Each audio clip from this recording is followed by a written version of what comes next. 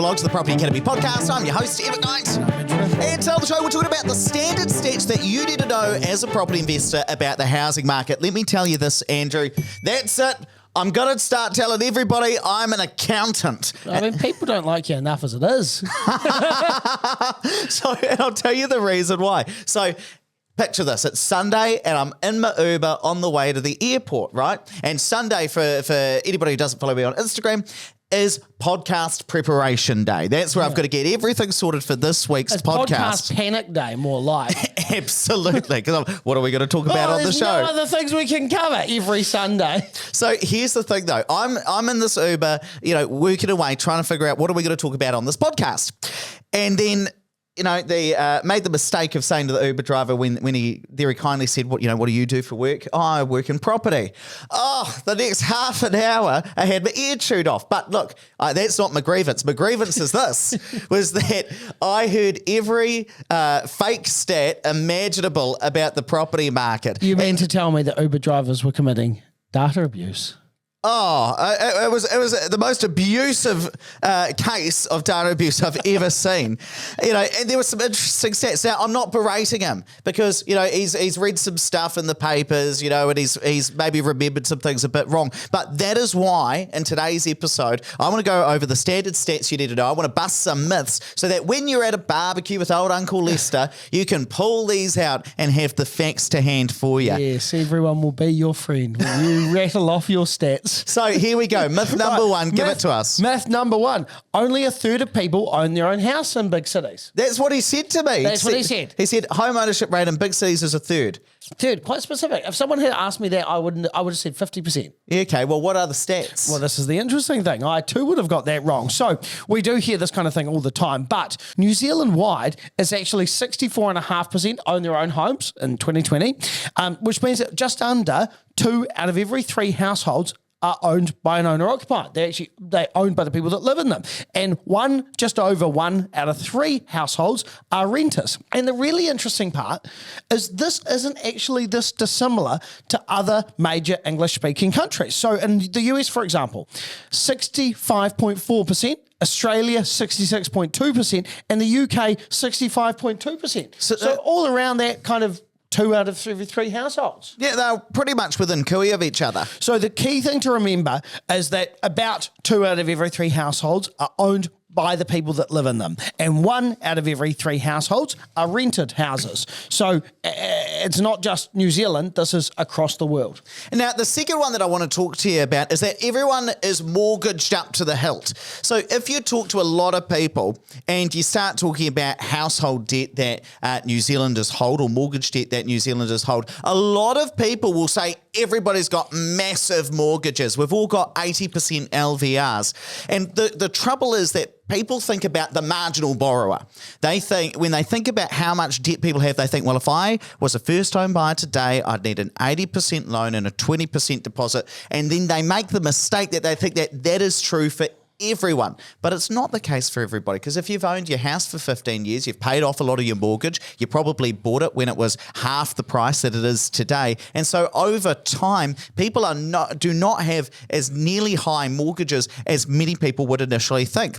Let me give you some stats, because this is where it gets interesting. For you guys on YouTube, you'll see the graph in front of me, but let me explain it for all of the podcast listeners. When you look at the debt to income ratio of first home buyers, about 30% of them have a debt to income ratio somewhere between 5 and 6, right? And it follows the shape of a bell curve, right? So there are some people who have a lower DTI, first home buyers with a lower DTI. There are some first home buyers with a higher DTI as well. And so, okay, yep.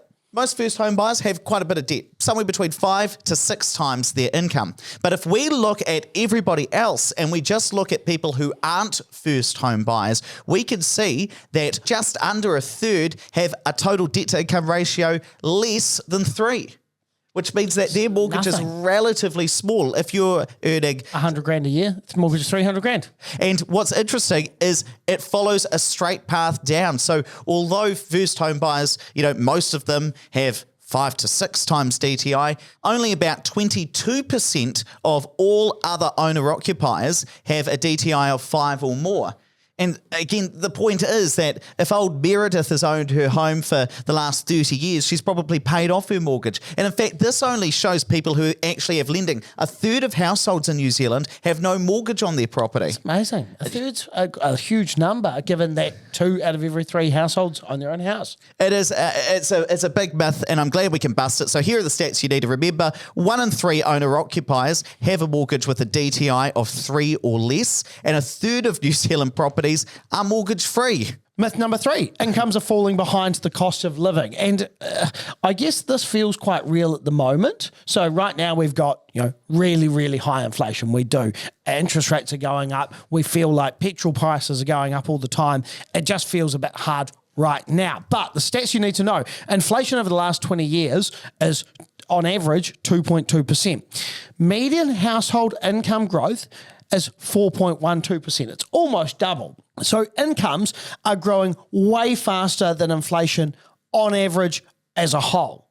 Now, again, right now, it might not feel like that, but we're talking about the last 20 years. So there's probably it's okay that there's a bit of an adjustment. And if we look from 1999 to 2019, household incomes are 2.24 times higher, so 124% higher than what it was back 1999, and inflation is 50% higher, or 1.5 times what it was back in 1919. So again, while it might not feel like it right now, when we're seeing all these newspaper articles about higher costs of living, and we see the grocery bill at the moment, and we see the petrol bill, over the long term, incomes are going up significantly faster than inflation. And of course, that's not going to be true for every single household in the country. There are legitimately households that are going backwards. Over the long term, though, majority of households are improving their standard of living. Now, myth number 4 is house prices double every 7 to 10 years. And this is something I often hear from investors, when I get chit-chatting. That's the one that gets bandied about. Absolute falsehood, by the way. So the stats you need to know is that when we look at house price growth over the last 30 years, and I see, well, how often did they double within a 7-year period? So I take January 1992 and I compare it with January 1999, and then I do the same comparison for the next 23 odd years worth of data. House prices in New Zealand only doubled 11% of the time within a 7-year period. Interesting. So 89% of the time, house prices did not double in 7 years. Only 11% of the time did they double in 7 years. So I think it is an absolute falsehood to claim they double every 7 years. Let's come down and talk about every 10 years.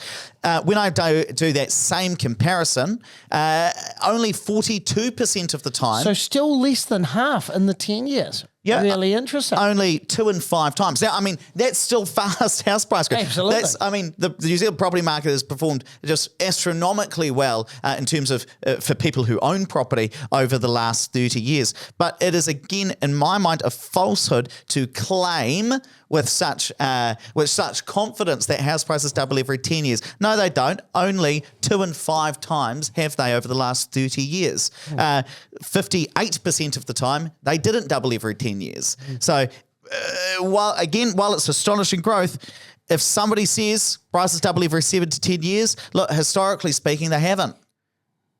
Good. You haven't a leg to stand on, mate. You don't know what you're talking about. Keep your eyes on the road. No, I wasn't talking about the Uber driver. I know, it was a joke, Ed. It was what's known as a joke. Slide one of these into the middle of your stats. Right, let's talk about myth number 5. And you got a graph for me, haven't you? Yeah, I did. It's on the screen for your YouTube, see that. your YouTube watchers. Otherwise, explain it for everybody listening to the audio version. So the myth is that rents are rising at a faster rate than income. Now, this graph here shows a pretty straight line. Rent as a proportion of the median household income is pretty consistent. So back in 2000, it was about 19.91. Well, it was exactly 19.91%. If we look at today, we're talking about 22%.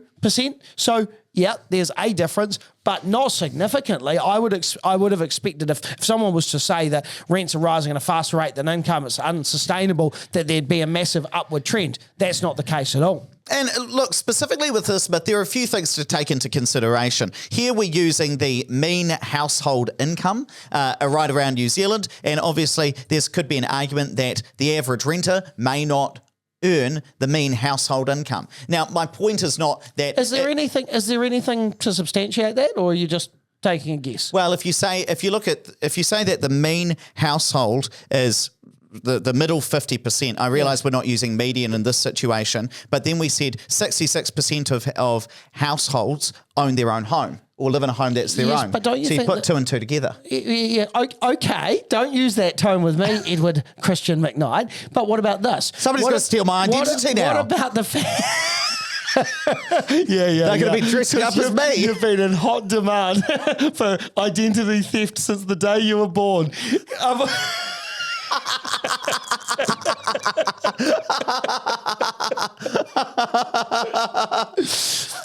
lost my train of thought now. Oh.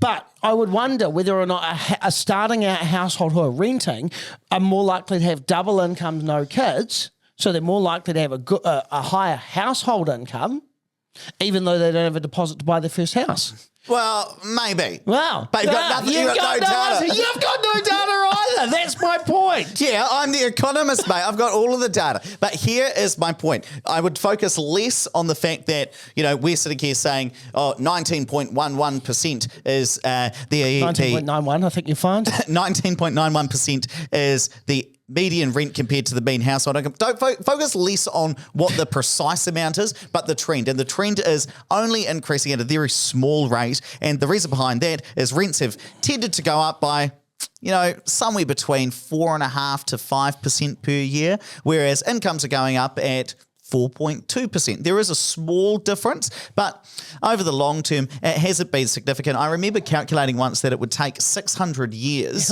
before tenants were spending all of their income on rent. Okay, so they're okay for the next 600 years. Well, global warming will have taken over and killed us all by then anyway. And you might be wondering, well, Ed, why is it that people don't know these just beautiful statistics, these sexy statistics?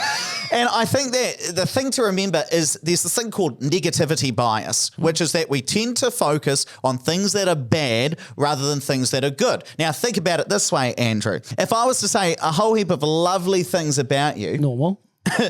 Absolutely not. And then I said one bad thing, you'd remember what would you say? I don't know, that haircut's a bit off. But, you would remember that bad thing. Now, think about it. You're going to be walking home down the driveway tonight thinking about your receding hairline rather than all of the nice things I've said about you.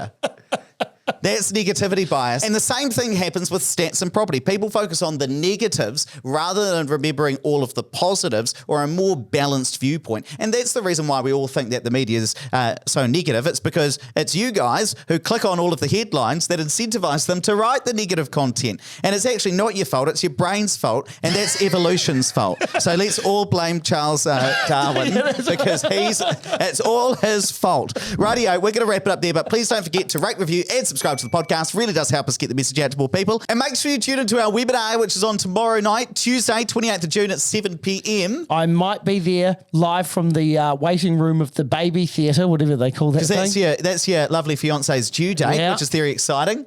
Well, we're risk takers here, so we're going to book it in there. If you want to come along, links down in the show notes. Or for you guys on YouTube, it's down in the description. I look forward to seeing you there.